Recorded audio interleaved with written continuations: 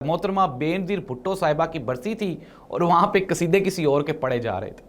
तो ये कह देना कि ये निज़ाम लपेट दिया जाएगा, बसात लपेट दी जाएगी, ये बिल्कुल भी नहीं है। पाकिस्तान पीपल्स पार्टी अंदरून सिंध में अभी तक पॉपुलर है, उनका वोट बैंक है।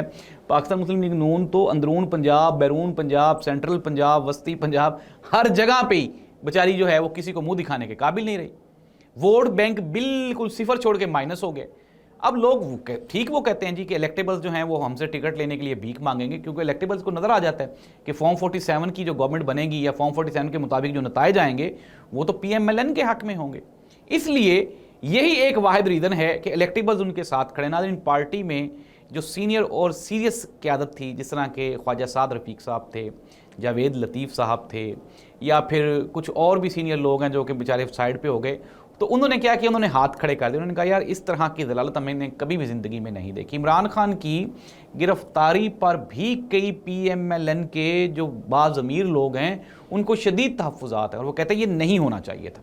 लेकिन चूँकि निज़ाम इस्टेब्लिशमेंट डील कर रही है, देख रही है, चला रही है, कल से वो जो नज़ामानी है ज़ोरैन, उसका मज़मून वो सुपर वायरल आजकल हो गया है। और देखें कि एक्सप्रेस ट्रिब्यून पे वो एक अखबार पे वो मजमून छपा, किसी ने पढ़ा किसी ने नहीं पढ़ा, और जब से उसकी वो खबर फैली है अब लोग उसके टिकर्स बना बना के पूरे पाकिस्तान में फैला रहे हैं।